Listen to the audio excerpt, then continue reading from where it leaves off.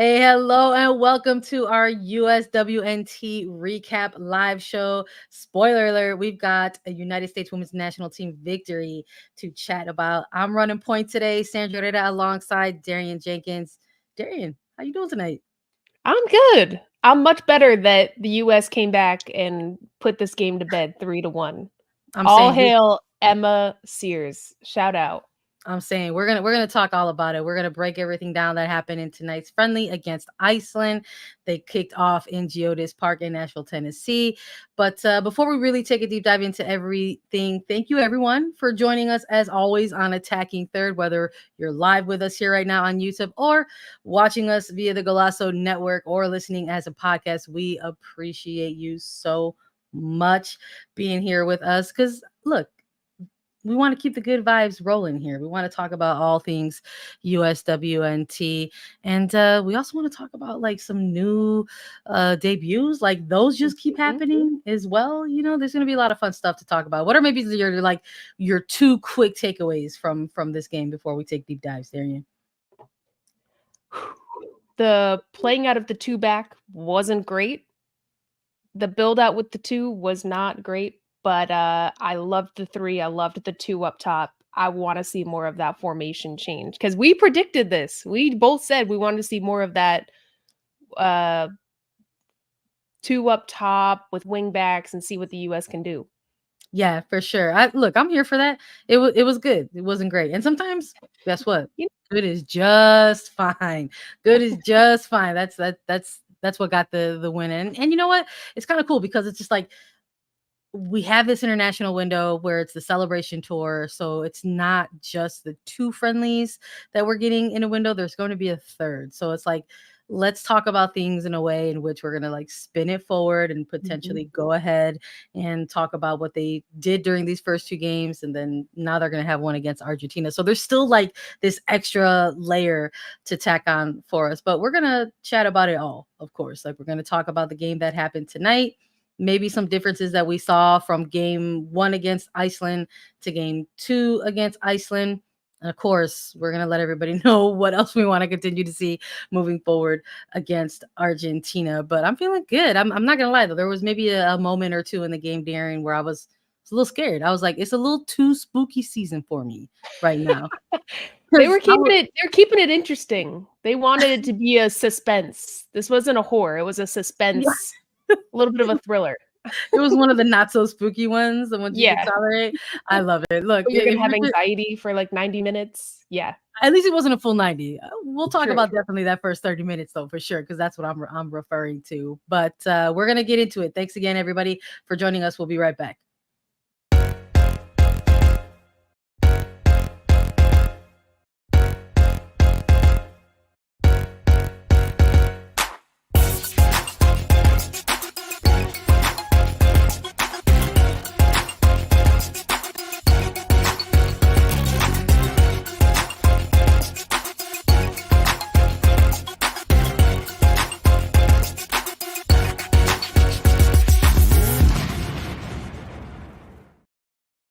All right, we're back. Hello and welcome to our United States Women's National Team recap live show. So happy to be here. Sandra Herrera running point today. Shout out to Lisa. Hello to Darian Jenkins.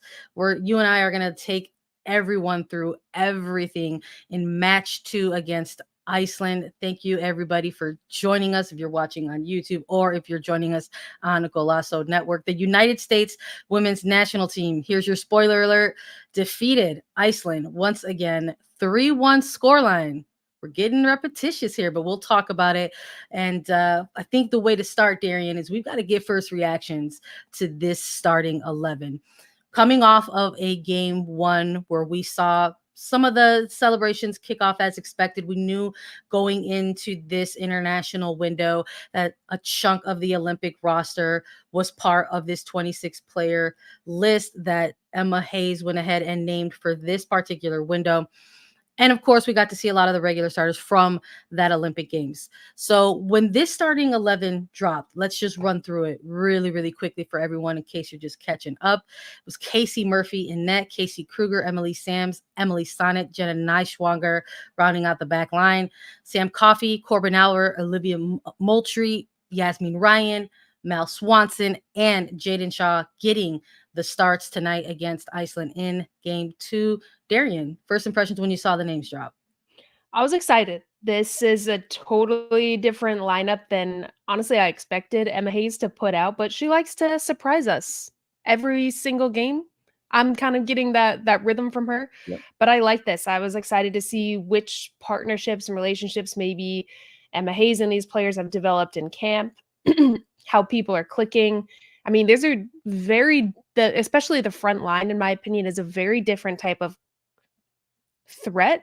It's Mm, not so much pace that's gonna get in behind Iceland. These are all players that love to be on the ball, all love to check to, like to make those very decisive passes.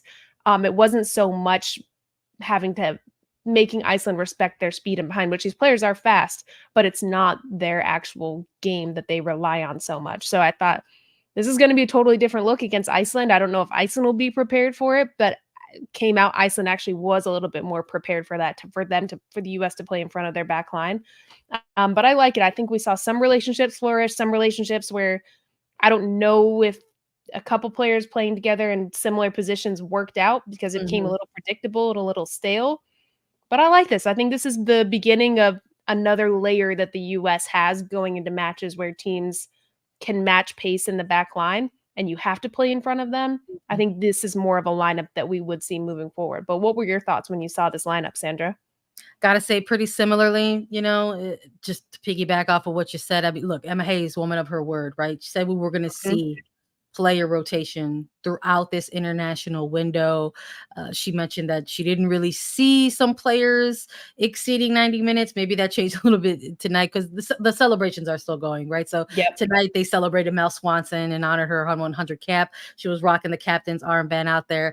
So she's one of those players that maybe exceeded the 90, but still, I think depending on where she was at certain times of the pitch, you got to wonder how accelerated things were on her body. And we'll get into that for sure. But lots of things to celebrate alongside that for her. We're talking about Emily Sams and in our reactions to this starting 11. I was very, very excited to see her get name dropped in there. And I said, check another one off for Emma Hayes, which she said we were going to see more debuts. We're getting to see that as time goes on. And I was really excited to get to see her and what we eventually saw in terms of tactics roll out on the pitch. And for Iceland, just I think maybe also important to note for folks who might not be aware, they also had a bit of rotation on their end. It was 6 changes from their starting 11 just last Thursday as well, compared to the 7 for United States. So there was a little bit of a layer here for me, Darian, where I was like, okay, we've got some heavy rotations here, not just on the US side, but we're seeing it on Iceland's side as well.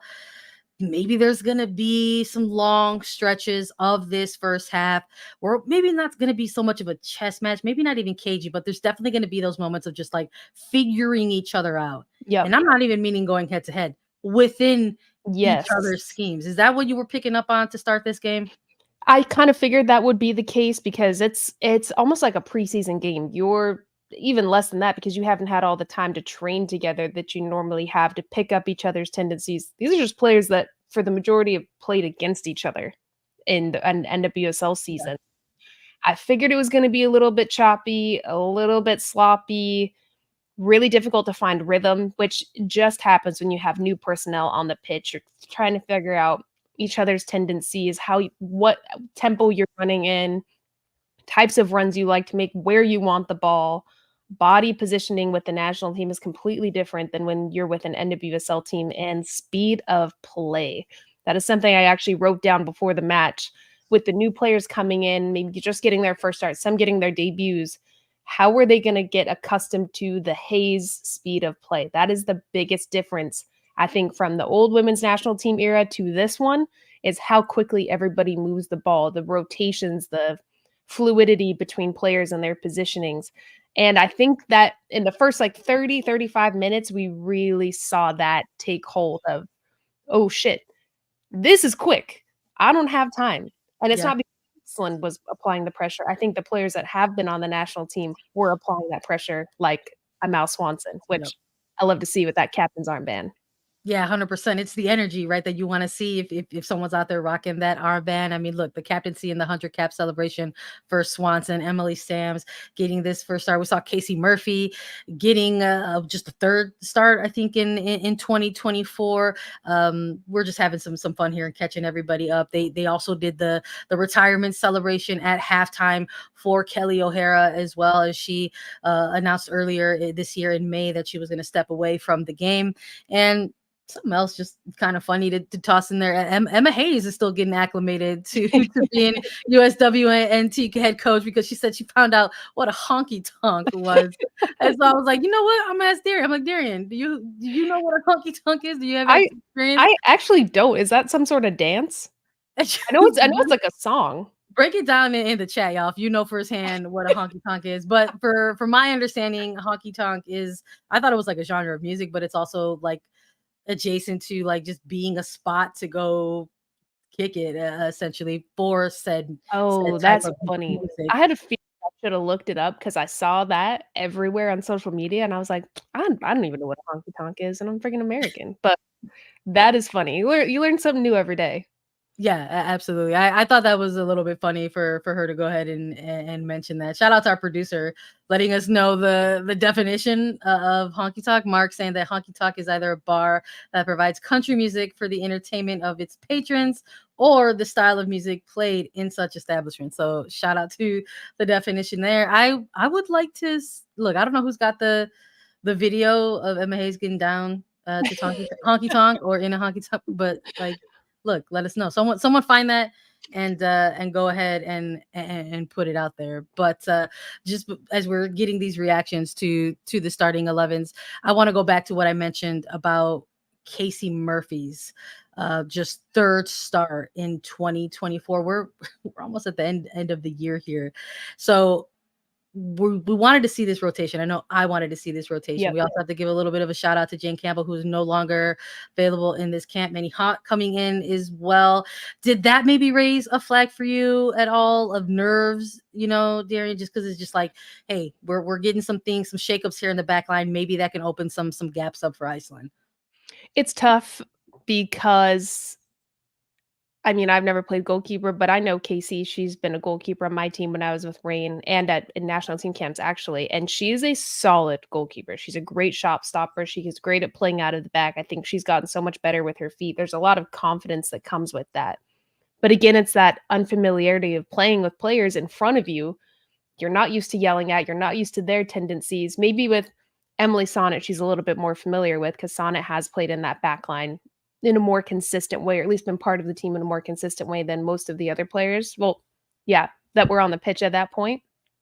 And I think that maybe we saw some of those nerves, sometimes the slowness of playing out, the ball speed, where we're used to seeing balls zipped between the center backs to the outside backs, or more penetrating passes, maybe even from Alyssa Nair, that we didn't see from Casey Murphy. But that just comes with time.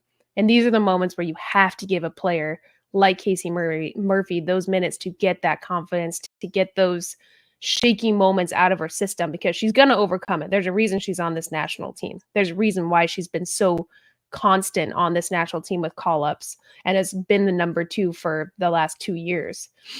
So I think I wasn't nervous, but I expected to see some nerves from Casey, and I do think we saw that in the first half. But after that, I was focused on her reaction, and her reaction was solid.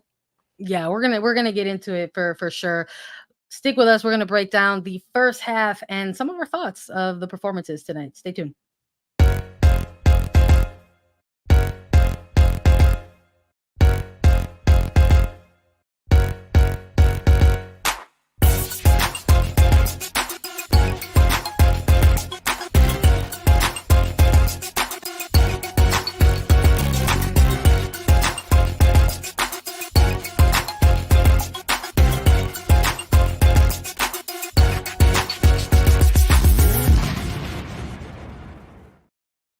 All right, we're back with a first half breakdown and analysis for everybody. Sandra Herrera, Darian Jenkins, let's get into it. We've already reacted to the starting lineup, especially some players who were either getting those first debuts or their first start in some time. But this game kicks off. We have first whistle. And honestly, Darian, I got really excited. Probably the opening 10 minutes because I was like, uh-oh, it's giving three back a little bit. And I know you and I have been really excited and wanted to see some of these tactical types of shifts for this United States women's national team. And I think we saw a bit of that tonight. And so, listen, everything's always new and fuzzy and warm when it's the early phases of the games. And we saw that. We saw United States get a first corner in the opening 3 minutes, Kruger winning a free kick in the first 5 minutes, Swanson going to the point where she's getting offside. But we see, a miss of shots from Jaden Shaw, Yasmin Ryan. What did you see maybe, and how did you feel the look of this team in these early 10 to 15 minutes? The nerves worked in the U.S.'s favor. They were just going at Iceland. It created, I love how you put a flurry of chances. And they got corners from it. They looked dangerous. Iceland were on their heels. And I think it set the tone going into the match. The U.S. was here to play. These new players are here to play. They're here to figure it out. They're here to make those mistakes that are in their favor, though. And I really like that the U.S. came out really hard with momentum that way, because you're going to make a team like Iceland have to respect you. That's going to change Iceland's game plan going against you, where they're just going to try to send the ball forward to Sven daughter and see what can happen. But I liked it. I think it gave those players too, when you're making your debut or your first start, your heart is racing. And I can't imagine on a stage like this. So knowing, you know what, okay, at least I'm positive. I can get a corner, positive. Yeah. I won my 1v1. I recovered a ball. I got a shot off.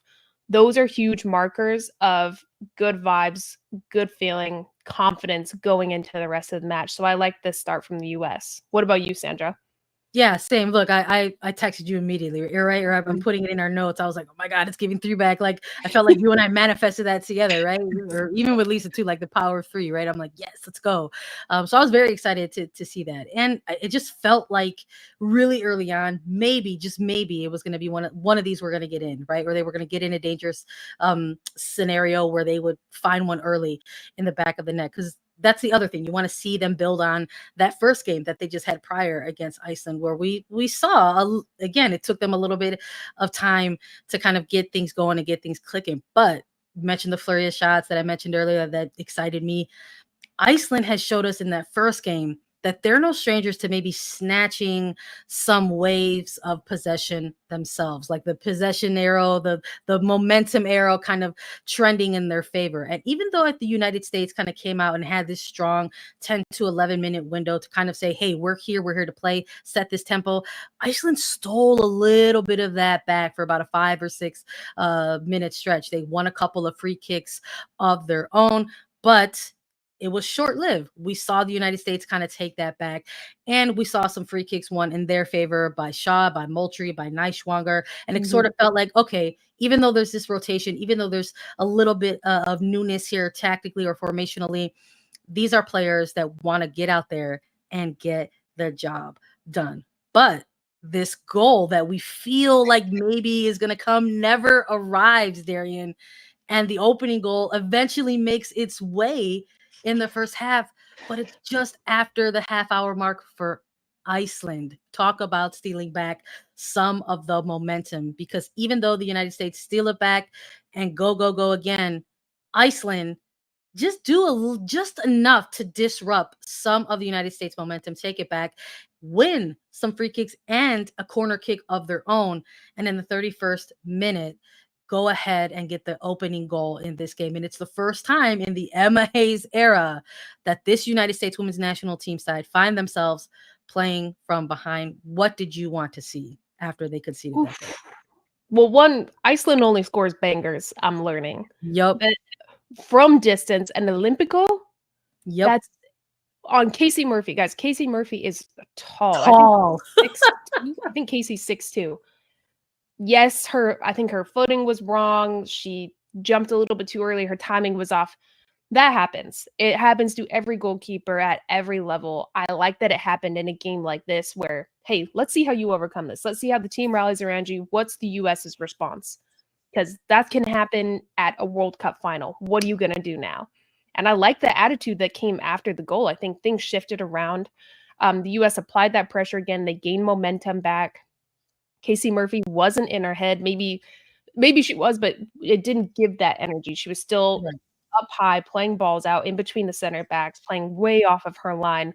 And I just liked that response. I liked the response going into halftime for the US. They looked hungry. They didn't look deflated at all by the Olympico. I mean, there's only so much you can do with a brilliant shot like that where you're like, oh, damn, well, we need to get one back.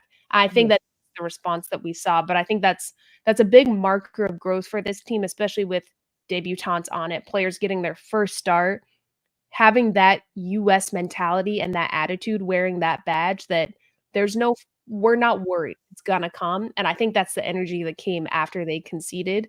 And I like that. But the US stays being a little sketchy on set pieces in these corners. I texted Sandra this during the game, and I'm like, there's always something that I get a little bit of anxiety around corner kicks and set pieces for the US where it's a little bit off. And I don't know if it's because maybe in games the US doesn't always play friendlies where they're tested a lot in those moments.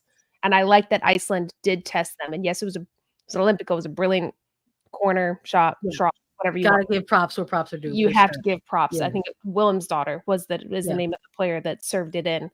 But it's all about that US mentality. And I like that the US showed that and came out, brought it at the end of the first half, started off the second with it, and then it just kept building from there. You know, I'm with you in terms of the body language after a goal like that, because again, we're texting through it. We're trying to like be there for each other, knowing we got to do this post game. And I even mentioned it, like in my own online reactions, I'm like, man, like apparently conceding on corner kicks is just part of like USWNT culture now. Like fix it. Let's change that, right? Like we'll see what comes from that. But I think part of changing that is to what you mentioned already, sort of seeing the body language and seeing the response from conceding a goal like that. And again, incredible, an Olympico of all goals to be the one to kind of break things through. Maybe they'll go back and look at that. Obviously they will, because this is how the program is built. But again, credit is where credit's due. It was a beautiful, beautiful goal. But I think even within some of those moments and some of the response to that, Darian, I think it's important for us to note that there were some stretches of this game where we saw players' frustrations. Yeah. In a notable, like just sort of gamer type of way. I know for me, as someone who goes here, gets to watch Mel Swanson, sometimes on a week-to-week basis, it was giving Chicago for me a little bit. We have seen Mal Swanson be the pointer and the yeller to say, let's go, like try to direct traffic, knowing that she's maybe not getting the ball as often as she should.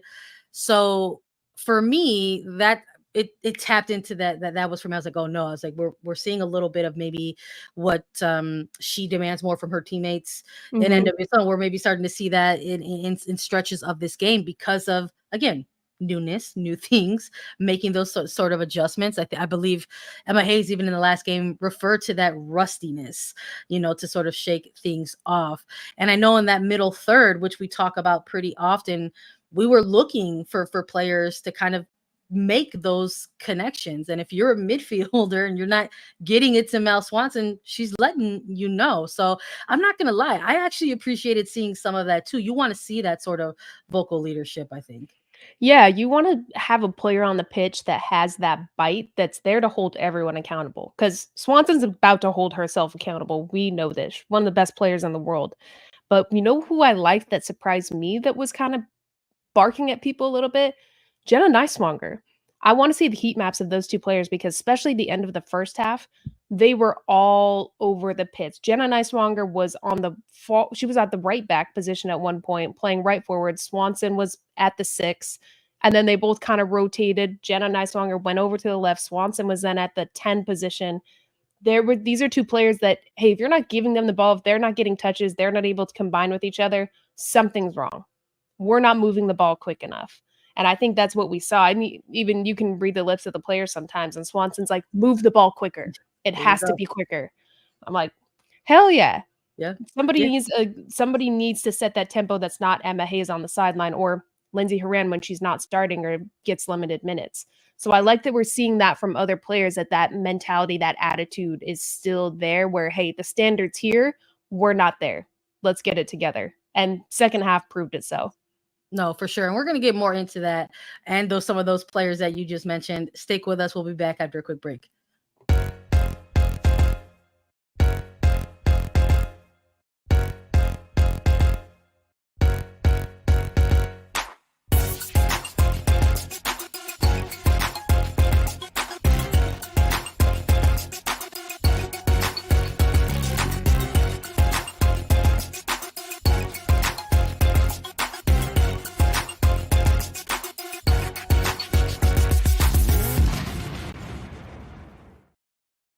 All right, we have to break down this second half of the United States women's national team match against Iceland because they entered right out of the locker room down a goal. At this point, Iceland leads 1-0, despite some of the better attacking statistics for the United States at halftime. They had 5 shots compared to 2 from Iceland, 1 on target compared to the 2 on target for Iceland. More of the possession, more of the passing accuracy, right? We can go down, but sometimes soccer is what it is. And despite all that, the U.S. found themselves down a goal going into the second half. We didn't see a ton of changes coming out of that direct halftime window. They eventually came into the game, but did you want to see something immediate, Darian, or were you of the mindset, let's let this group kind of figure things out? I wanted to see how Emma Hayes I wanted that group to figure it out because if that's how Hayes is planning to play these players like Shaw in the 9 position, Moultrie in the 10. Those are 2 players that play a little similarly to me, and I don't think we didn't get the best out of either of them because I think they were almost in each other's way in that pocket.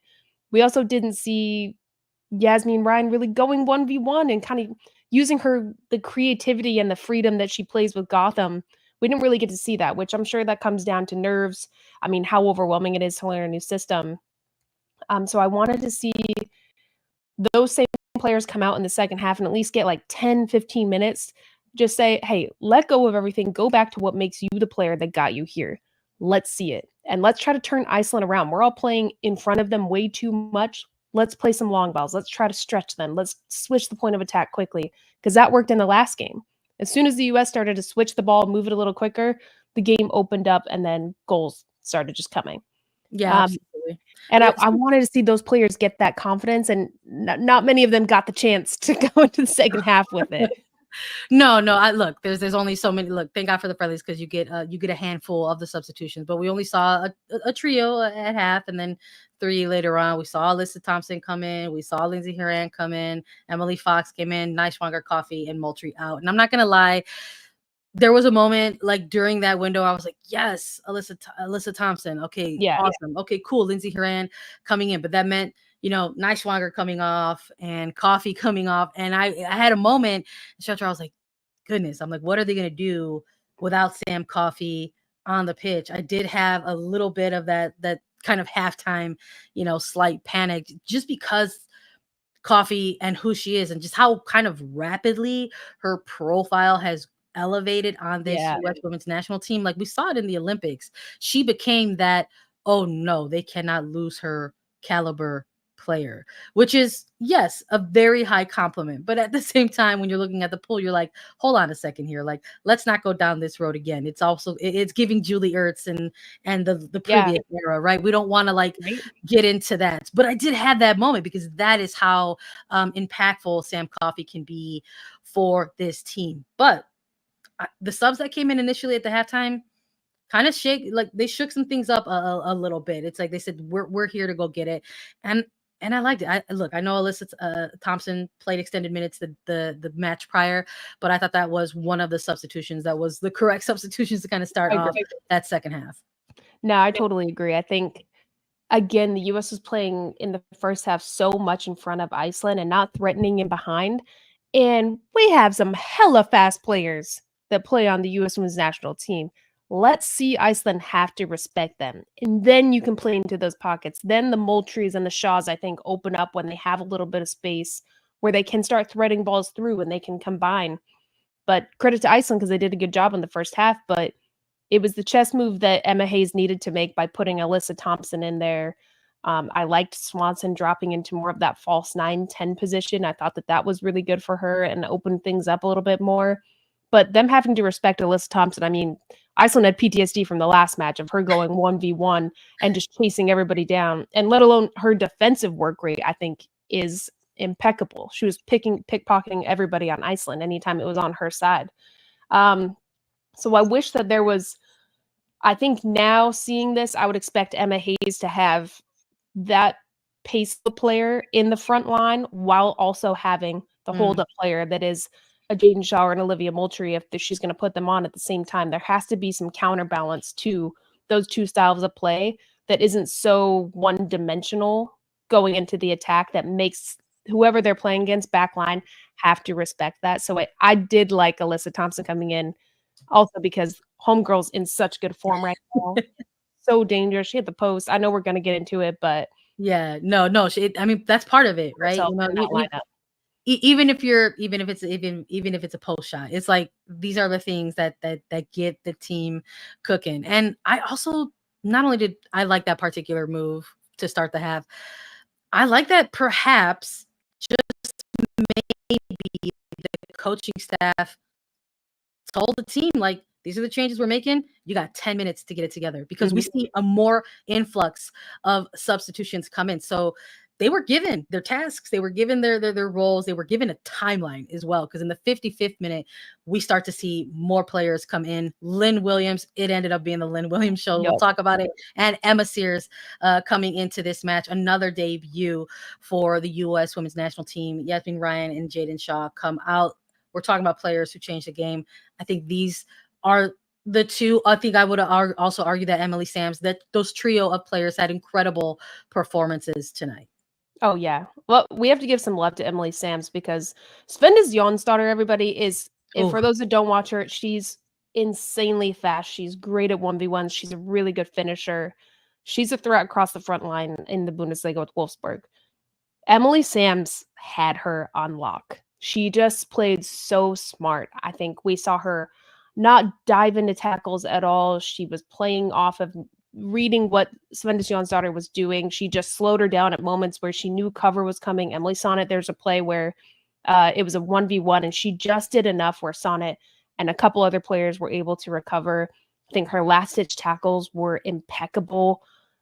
She had such a great debut. Finally, after months, after going to the Olympics and winning a gold medal, she finally gets her first start, plays a full 90 minutes. I think she really proved what we've all been gushing about in the NWSL in this match because Iceland's not an easy team to go up against. And I love that we got to see her challenged and have to make really tough game-like decisions. And she just rose completely to the occasion. I also thought it was, again, we got to give credit to Iceland. I also thought the moments and stretches in which Iceland had the momentum, I thought that Emily Sams did such a good job of reading a game that at times might have been pretty difficult to read. We're talking about layers of physicality that this Iceland team brought, and not just one, but two matches, back to back. And that's difficult to read that type of game that could maybe get chippy at times. And we did see like a little 3-minute stretch of time where there were a couple of cautions that were given back to back to Sonnet and then to Horan. And it's tough if you have those moments where it's maybe getting physical, where there's some stoppages and yet you find yourself as a center back still needing to make sure that you are locked in on the game and on your marks. And so I thought she played as if she had been playing with this team for quite some time, which she has been with this team in a number of calls, but to see her kind of get her first start and kind of play out things. And it didn't look as if she played nervous or anything like that. And that's maybe tough to do when you are going up against a team that is presenting maybe some of those, physical challenges. And I thought credit to Emma Sears as well, because you're coming in there for a very specific purpose. Like you're coming in here to help kind of sustain the attack that's already been built and maybe get some new looks for the team. But you have to go in there knowing that maybe, just maybe, you could possibly be getting wrecked, on the other end of the ball. But she also played with a little bit of fearlessness. And I love that when players come in and they go ahead and they operate that way. So have to give out shout outs to Sam's and to Sears. I think if we're grading the debuts, I'm going to go ahead and just say they're getting an A in my book for tonight. Absolutely. I mean, Emma Sears on the goal, Alyssa Thompson going end line, getting up there, crossing it over to Smith, who kind of woofs it. It was a difficult finish, but it pops over to Sears. And for her instinct, her to be in that right position, one of her first look with the national team, sending it over to Lynn Williams, when Lynn Williams and Lindsey Horan came on the pitch, it changed the game. Both players came out with some venom, and I think Emma Sears fed off of that. Her first touch over to square it to Williams was beautiful, brilliant. I love the celebration. She gets her first assist, but it starts with Alyssa Thompson. I think this front line just came out with energy. And then Lindsey Horan wanted to get on the scoreboard too. Lynn Williams and Emma Sears, both goal and an assist. So impressive. But I mean, coming from a free kick, Swanson sending this beautiful ball in, Williams squaring it again. Poor defending on Iceland on both goals, if you ask me as well. But hey, you take advantage of what a team is giving you, and the U.S. did it. And for Lindsey Horan to come in and get a goal, shut us all up for criticizing her for the last game. Ahead. I feel like she always does this anytime that there is criticism. The next game, she balls out. But I love this. Yeah. That's part of the game. That's part of the USWNT. You got to take those performances and spin them forward. And we definitely saw that tonight. We're going to close it out, maybe give a little bit more love and look ahead to Argentina. Stick with us after a quick break.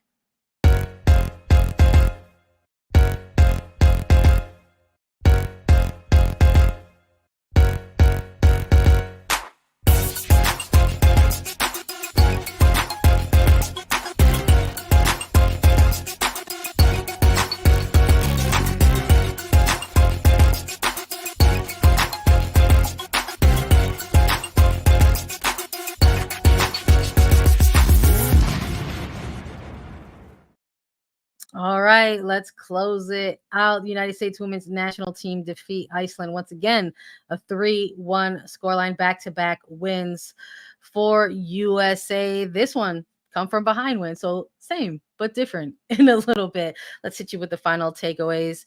We gave a lot of love to the debutantes in the first starts in Emily Sam and Emma Sears. We're giving a lot of love to Lindsey Horan and Lynn Williams as absolute impact subs in this match.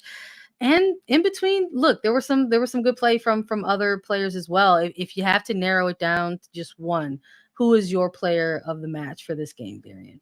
I'm going with Emily Sands. Yes, we talked about her, but I think it's so difficult going in at center back with the national team, a very established backline. If you ask me, it's hard to break in and look good and have such a good performance. And I love that it's against Iceland, where she got tested. She had to make decisions.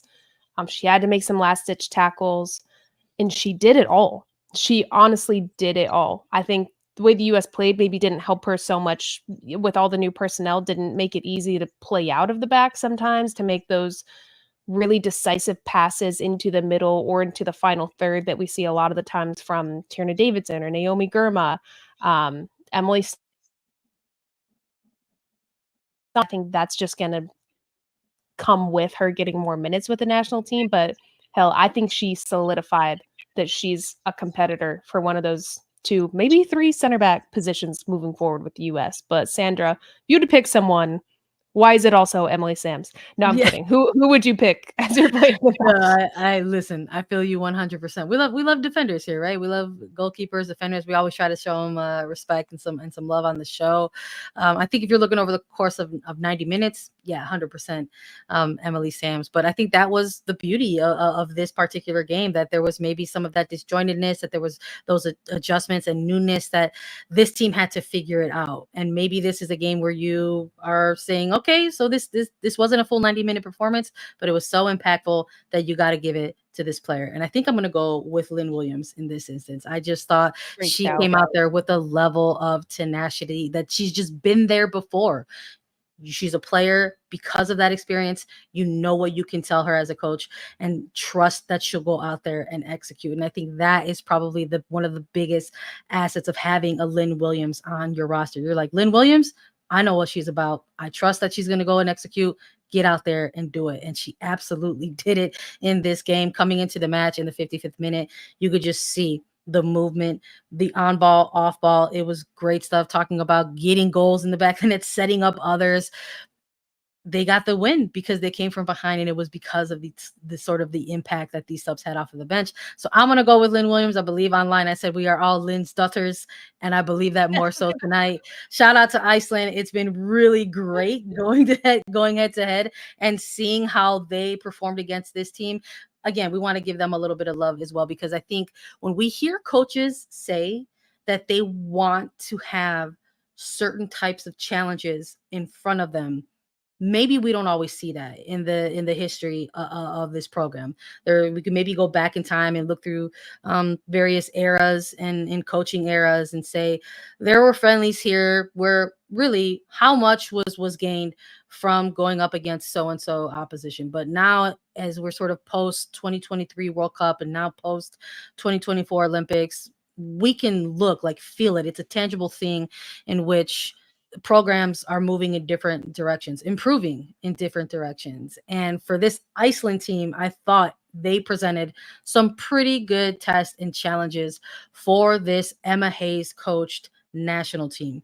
And we saw that over the course of match one, and especially I think in this second match, where maybe there were still layers of that quote unquote rustiness, but it wasn't so much rust as you had a lot of player rotation in, and these are the ones that have to get it solved, and they had to try to go ahead and figure those things out. And they ended up doing that with the players that they had available on the bench coming into the game and creating an impact. So I just wanted to give some love to Iceland as well, because now those games are done and dusted, Darian. Now we're looking ahead to Argentina. They are going to close out this international window against Argentina on Wednesday, October 30th. You can catch that game at 7 p.m. Eastern in Louisville, Kentucky. They're going to Lynn Family Stadium, a stadium that we're familiar with. It is an NWSL side. Shout out to Racing. They're going to get to host this game against Argentina.